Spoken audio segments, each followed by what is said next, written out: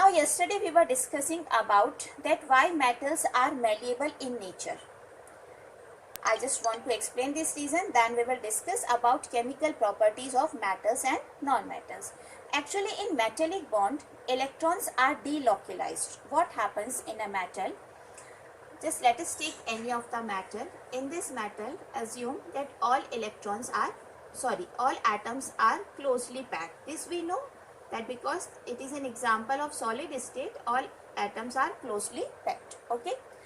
And second thing, as we know that metals have 1, 2 or 3 electrons in outermost shell. Okay. Metals have 1, 2 or 3 electrons in outermost shell. So I just draw these electrons to explain this precisely. For example, these are the electrons. These are present in the metals. Just a minute, Peter. Okay. Clear? These are the electrons. Now what happens? Because one atom is surrounded by many more atoms. One atom is surrounded by many more atoms. So what actually happens? The nucleus of one atom, it just attract electron of its outermost shell atom. Okay. It also attract this electron. This nucleus, it also attract the valence electron of this atom. This nucleus attract valence electron of this atom also. It means each and every valence electron is attracted by surrounding atom's nucleus. Metals are found in the solid state and each atom is surrounded by a large number of atoms. Second thing, as we know that metals have 1, 2, 3 valence electrons. So what actually happen? Each electron is attracted by nucleus of its surrounding atom. Okay. And what will be the result of this attraction? What will be the result of this attraction? For example, these are the atoms and they just convert into positively charged ions. They just start behaving positively charged, means positively charged pool is made. Positively charged pool is made and electrons are start floating in between these ions. Electrons are, means valence electrons are floating. They just start floating in this positively charged pool. Now, because there are free valence electrons present at the surface of metal, this is the reason that metals are good conductor of heat and electricity. Second thing, they just slide when we apply force on metal. When we apply force on metal, these ions layer, means these atoms which are now behaving like a positively charged, they just slide over each other. And this is the reason by applying force we are not easily able to break down metal into pieces. We are not easily able to easily break down metals into pieces, and metals show ductility as well as malleability. I am repeating again, children, that in metals atoms are closely packed, and because there are only 1, 2 and 3 electrons are valence electrons, and each and every valence electron is attracted by surrounding atoms. Okay. So what will be the result of this phenomena? That valence electrons just they start floating in a positively charged pool because the free electrons are present in that one. This is the reason metals are good conductor of heat and electricity. And second thing is that due to the arrangement of this kind of arrangement, atoms starts sliding over each other, means there is a layers are formed and they slide over each other. This is the reason that metals are malleable and they also show ductility. Clear? Now we will discuss about the chemical properties of metals and non-metals. The first property is reaction with oxygen. This is also known as combustion, or we can say it is an oxidation. Reaction with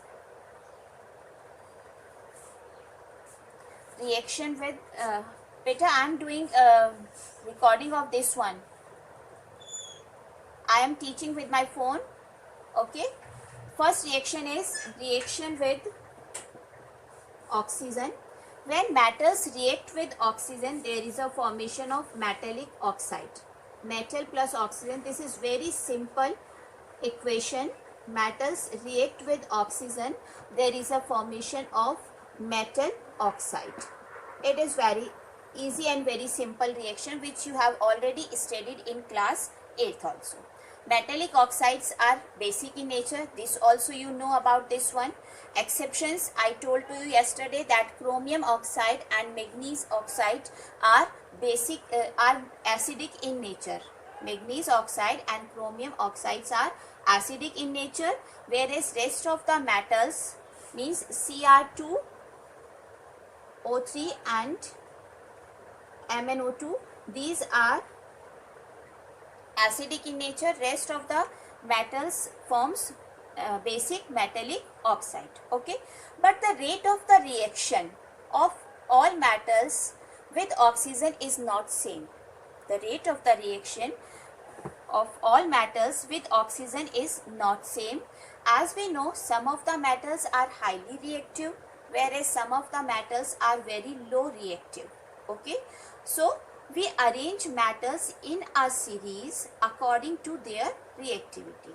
We arranged metals in a series according to their reactivity, and that reactivity is called as reactivity series, and that particular series is called as reactivity series, in which metals are arranged according to their reactivity, or we can say in the decreasing order of their reactivity. Clearly, so first before understand the reaction of metals with oxygen, we have to discuss about the reactivity series first.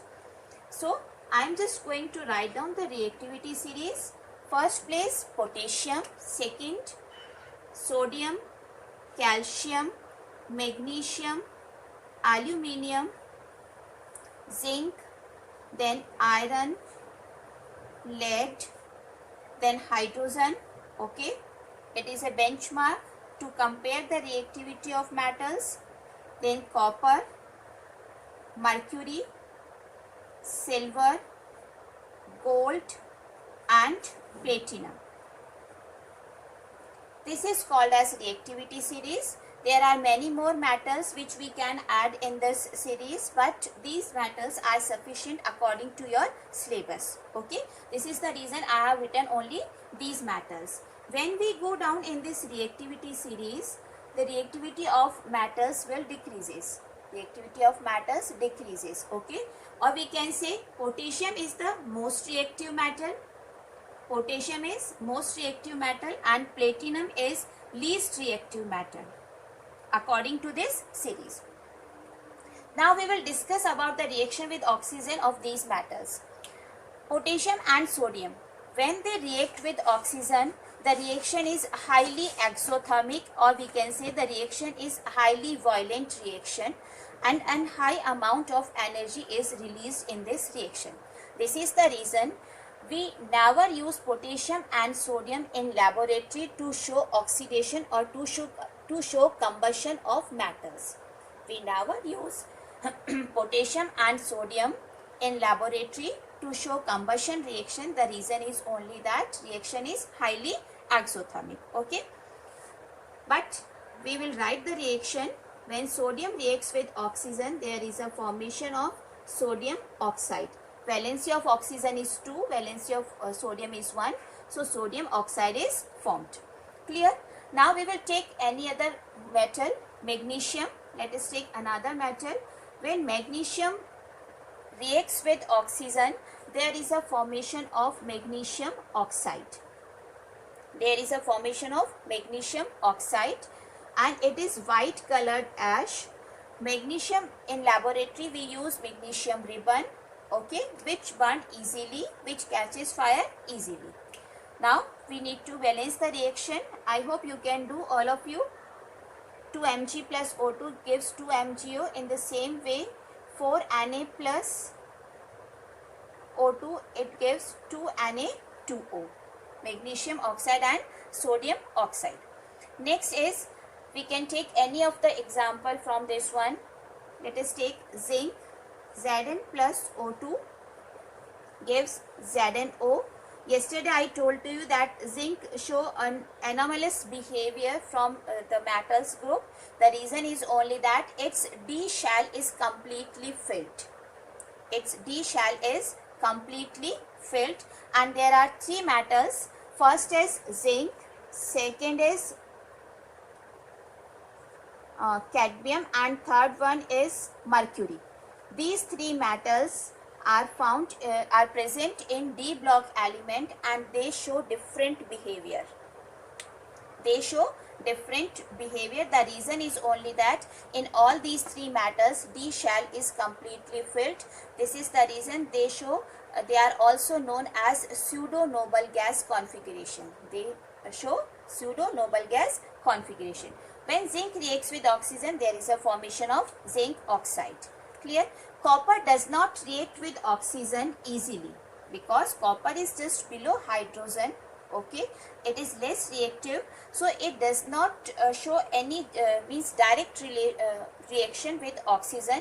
But when we heat copper in air, it combines oxygen and there is a formation of copper oxide. So when copper reacts with oxygen, there is a formation of copper oxide. Clear? Rate of reaction is very high in case of sodium. Magnesium oxide comparatively slow, and the color is white colored ash. Magnesium oxide's color is white. Zinc with zinc oxide. Copper does not react easily with oxygen. We need to provide a large amount of heat to that one.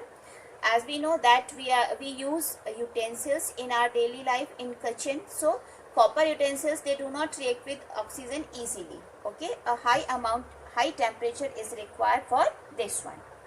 Okay. Now children, when we burn any metal, it reacts with oxygen. Okay, and it also produces flame. Why the flame is produced? The reason is only that electrons, when get energy, they will move to the higher energy level. When they again come back to their lower energy level, they produce a particular wavelength light.